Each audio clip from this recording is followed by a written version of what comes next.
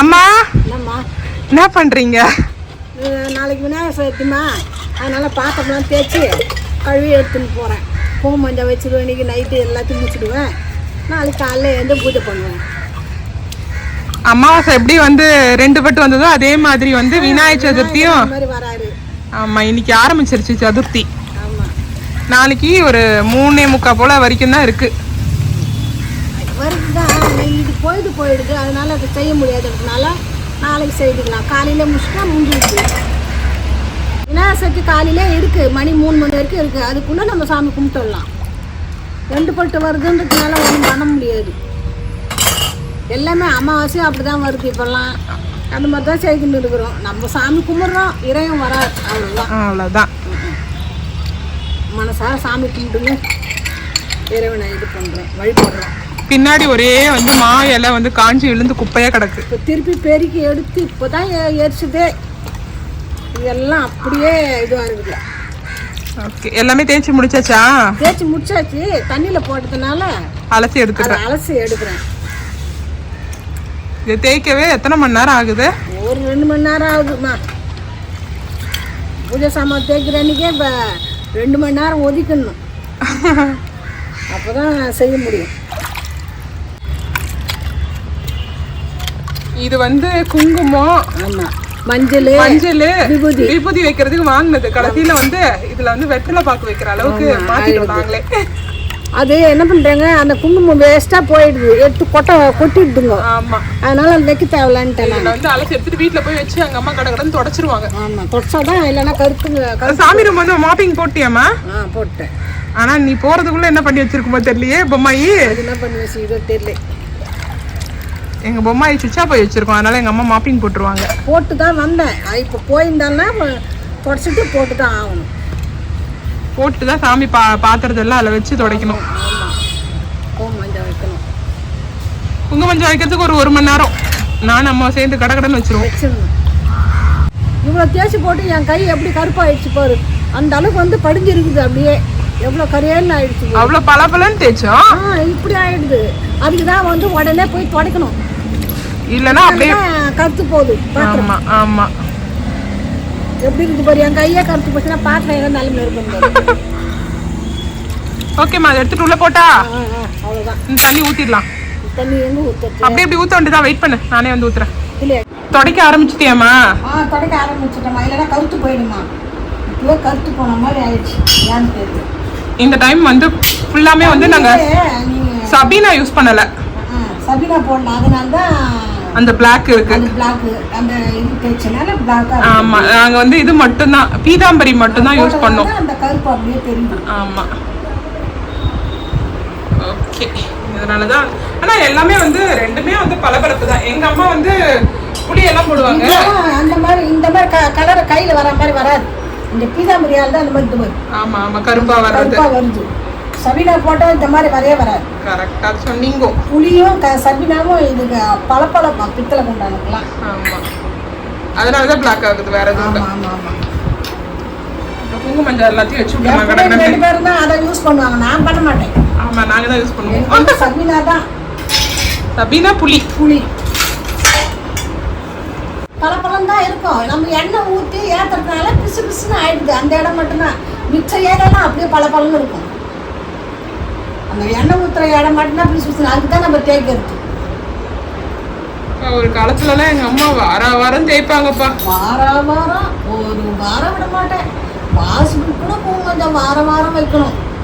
இப்போ வந்து என்ன சொல்றது, ஆனா இப்போ வந்து நான் கடன்னு குங்கும மஞ்சள் எல்லாத்தையும் வைக்க போறோம். செய்ய முடியல. பசங்க வெளில ஓடிட்டுங்க. கொஞ்சம் அதுக்கு போய் வெளில வேலையெல்லாம் அதுக்கு பார்த்துன்னு வருதுங்க. என்னால் இடுப்பு நிற்க மாட்டேங்க. கொஞ்சம் செய்தால் இடுப்பு விட்டு போகுது. இப்போல்லாம் அதுக்குன்னெல்லாம் ஒன்றுமே தெரியாது. இடுப்பு வலினா என்னன்னே தெரியாது. கடவுள் அப்போ ஒரு நமக்கு வாய்ப்பு கொடுத்தாரு. உடம்புக்கு வந்து சின்ன வயசு நல்லா இருந்தது, உழைச்சோம். அதாவது நம்ம வயசுக்கு ஏற்ற மாதிரி கரெக்டாக சொன்னாம்மா படிக்கிறாங்க. ஆண்டவன் வந்து நம்மளை படிச்சிருக்காரு. ஓகேம்மா, நிமிஷனால செய்துடுவேன். நிமிஷனால 10:30 முடிச்சுடுவேன் பூஜை. ஆமா வெள்ளிக்கிழமை 10:12 இல்ல, அதனால கரெக்டா கரெக்டும் 10 பச்சை தண்ணி கூட குடிக்க மாட்டேன், அப்படி பூஜை பண்ணுவேன் நான். இப்போ சாப்பிட்டேன் முடிய மாட்டேங்குது, எல்லா வேலையும் செய்துட்டு செய்த நேரம்லாம் இது ஆயிடுச்சு. இப்போ இருக்கிற பிள்ளைங்க தாங்க மாட்டேங்குதுங்க. எங்களாலாம் முடியாதுப்பா, நாங்கெல்லாம் சாப்பிட்டுட்டு எங்கள் மாமியார் கூட சாப்பிடுவாங்க, நான் சாப்பிடவே மாட்டேன். அதுக்கே வந்து சொல்லி கிடப்பாங்க, சாப்பிட்டா செய்தி கிடக்குற நீ, சாப்பிட்டா செய்தி கிடக்குறீங்க செய்து. அது அப்போ தான் எனக்கு மன திருப்தியாக இருக்கும். நிம்மதியாக அழகாக சாமி கும்பிட்டு. அப்போல்லாம் வந்து செம்பருத்தி பூ தான் வைப்பேன், கடையில் போய் பூவெலாம் வாங்கவே மாட்டேன். அதே மாதிரி சாமி படம் எதுல இருந்து? சாமி படம் வந்து காலண்டர் தான். இந்த மாதிரி படம்லாம் ஒன்று கூட வாங்க மாட்டேன். என்ன சொல்றது எதுக்காகன்னா, அந்த காலத்தில் வந்து பணம் அந்த அளவுக்கு பணம் வந்து பத்தாக்குறை. இந்த காலத்தில் கடவுள் கொஞ்சம் கொடுத்துருக்கிறாரு, அதுக்கு மேலே ஏற்றி வச்சுக்கிறாங்க ரேட்டு. ஆனால் நம்ம இப்பவும் பார்த்து பார்த்தா குடும்பம் நடத்தாங்க. இந்த பணம் அப்போ வந்துருந்தா சின்ன சின்ன குடும்பம் கூட கோட்டீஸ்வரர் ஆகிருக்கலாம். கண்டிப்பா. என்ன பண்ணுறது, நமக்கு அதுக்கேற்ற மாதிரி தான் ஈசன் படி அளந்து வச்சிருக்காரு நமக்கு. நொடியில்லாத கடம்மா, அதுதான் மெயின் எனக்கு. இப்போ எல்லாருக்கும் நோயற்ற வாழ்வே உலகமே சொல்கிறேன், அதுதான் பணக்காரன். கொஞ்சம் நோய் வந்தால் நம்மளால தாங்க முடியல, வேலை செய்ய முடியல, சோர்ந்து போகுது. மனித ஜென்மெல்லாம் என்ன பண்ணுறது, காலம் அப்படி மாறி போச்சு. பிள்ளைங்க இருக்கிறாங்க செய்கிறாங்க, இல்லைன்னா இல்லாதவங்க என்ன பண்ண முடியும், வீண்டு கிடக்க வேண்டியது தான். கோயிந்தான்னு அந்த ஈஸ்வரன் வந்து தான் காப்பாற்றணும் நம்மளை. இருக்கிறவங்க கடவுள் புண்ணியத்தில் குழந்தைங்க இருக்குது செய்யுது. இருக்கிற குழந்தைங்க கூட சில குழந்தைங்க எல்லாம் வெளிநாட்டு போடுதுங்க, வேலைக்கு போடுதுங்க, படிக்க போடுதுங்க, செய்யறதுக்கு இல்லை ஆளு. அம்மா ஏன் குஞ்சிக்கிட்டே வைக்கிறீங்க? இது குங்குமம் கொட்டி போகுது, அதனால பக்கத்துலேயே அப்படி வச்சுக்கிறேன். என் சின்ன பொண்ணுக்கு நான் வைக்கிறது பிடிக்காது, பெச்சு பெச்சா வைக்கிறேன்னா குட்டி குட்டியாக வைக்கணுமா. நல்லா இருக்கும் பார்க்கறது, அதுக்கேற்று குட்டி குட்டி குட்டி குட்டியாக வைக்கணும். புளியார் மனை. ஆனா நாளைக்கு வந்து நம்ம வந்து விநாயகரை வந்து எல்லா விநாயகரும் ஒன்றா வச்சு செய்யணும், அபிஷேகம் பண்ணணும். மனையில தான் வச்சு செய்வோம், மனமேல தான். எங்க டாடி வந்து அவர் கையாலேயே செய்வார் சூப்பரா. ஆமா, மண்ணுலயே அழகா சின்னதா இருக்கும், பெருசா செய்ய மாட்டாரு. நான் புள்ளியார் மாதிரியே இருக்கும். காசு கொடுத்தே வாங்க மாட்டோம். தோட்டத்துல போய் செம்மண்ணை வந்து மேலக்கிறதெல்லாம் சீவி தள்ளிட்டு அடிநுகத்தை எடுப்பார். எடுத்து கலக்கிட்டால செய்து கலக்கிட்டால கொத்தி எடுத்து தண்ணி ஊற்றி புள்ளியார் மாதிரியே குச்சாங்க வந்துடுவார். நான் அதெல்லாம் முன்னாடி சமையல்லாம் முடிச்சு ரெடி பண்ணிக்குவேன். அப்படியே எடுத்துன்னு வந்து மனை மேலே வச்சு அபிஷேகம் பண்ணி சாமி கும்பிட்டுருவோம். 3ஆம் நாள் பார்ப்போம், நல்ல நாளாக இருந்தால் மறுநாள் எடுத்துன்னு விட்டுருவோம், அப்படி இல்லைன்னா 3ஆம் நாள் எடுத்துன்னு விடுவோம்.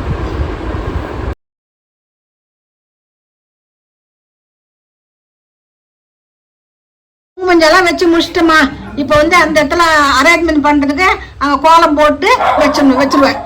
இந்த இடத்துல வந்து கொஞ்சம் வச்சுட்டு கோலம் போட்டு வச்சிருவேன். தொடச்சிட்டு இருக்கேன். இப்போ வச்சு நான் வச்சுட்டு வந்துட்டு இது எல்லாத்தையுமே அரேஞ்ச் பண்ணிடுவோம். என் சின்ன பொண்ணு பூ கொஞ்சம் வச்சுருந்தாரா பாஸ்கால்லேருந்து, அதெல்லாம் வச்சு முடிச்சு கோலம் போட்டு இவங்களை எல்லாரும் அரேஞ்ச்மெண்ட் பண்ணிடணும். அவ்வளோதான். இப்போ எல்லாத்தையும் ரெடி பண்ணி வச்சுட்டோமா, எல்லாம் அவங்கவுங்க இடத்துல உக்காந்துட்டாங்க. இப்போ வந்து எண்ணெய் ஊற்றி திரி போட்டு வச்சுருவேன். குத்து விளக்கு வந்து நாளைக்கு எண்ணெய் ஊற்றி திரி போடுவேன். ஏன்னா அது வந்து ஊறி போச்சுன்னா சொட்டுது அது, அதனால திரியோட வெளியே வந்துடும். எவ்வளோ பெரிய குத்து விளக்கு இருந்தாலும் அந்த மாதிரி தான் இருக்கு. ஆமாம், எந்த குத்து விளக்கு இருந்தாலும் எண்ணெய் இறங்கிட்டு கீழே. இதுக்கு முன்னாடி நம்மகிட்ட ஒரு சின்ன குத்து விளக்கு இருந்துச்சு வச்சிருக்கிறேன், அதுவும் அப்படிதான். அதுதான் இன்னும் 2 பெருசு இருக்கு, அதுக்கும் அது மாதிரி தான் இருக்கு. அது எடுக்கிறதே இல்லை. அதுவும் ரொம்ப அது எனக்கு கொடுத்தது கல்யாணத்துக்கு அப்பா வீட்டில் அம்மா வீட்டில்.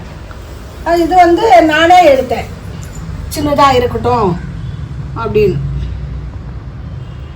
இதெல்லாம் திரியெல்லாம் போட்டு வச்சிட்டா நாளைக்கு கொஞ்சம் ஈஸியாக இருக்கும்.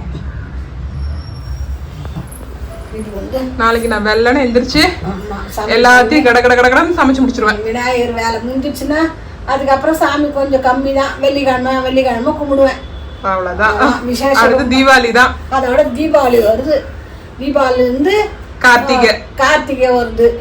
ஆனா தீபாவளி தான் வந்து வந்த உடனே இவர் முருகன் வராரு.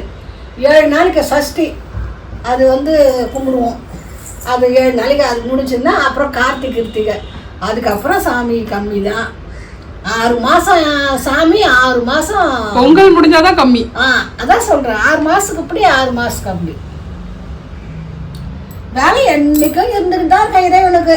நம்ம விட போறதில்ல. அன்னாடம் சாமி கும்பிட்டு விளக்கேத்தனா நம்ம லட்சுமி, நமக்கு நல்லது. நோய் நொடி இல்லாத இருக்கலாம். அதுதான். பால் மாறக்கூடாது. விளக்கு ஏற்றணும் 2 வேலையும், காலையிலும் சாயந்தரமும் விளக்கேற்றி. எனக்கு விளக்கேற்றுவேன். என் பசங்க ஏற்றலோட நான் ஏற்றிடுவேன். அதுதான் எனக்கு முக்கியம். இதுல வந்து ஃபர்ஸ்ட் திரி போட்டுட்டு தான் எண்ணெய் ஊத்த முடியும்லம்மா. இந்த விளக்கு வந்து எண்ணெய் ஊத்திட்டா திரி நுழைக்க முடியலம்மா. அதனால எண்ணெய்க்கு வந்து முதல்ல திரி இதை வந்து கொஞ்சோண்டு நினைச்சிருவோம். முனைய நினைச்சிட்டு அதுக்கப்புறம் அதுல நுழைச்சிடுவேன். நான் எடுத்துட்டா? எடுத்துட்டீங்களா? சரிம்மா, நான் போயிட்டு கடைக்கு போயிட்டு விநாயகருக்கு தேவையான சாமான்லாம் வாங்கிட்டு வரேன். வெத்தலை, பழம் எல்லாமே.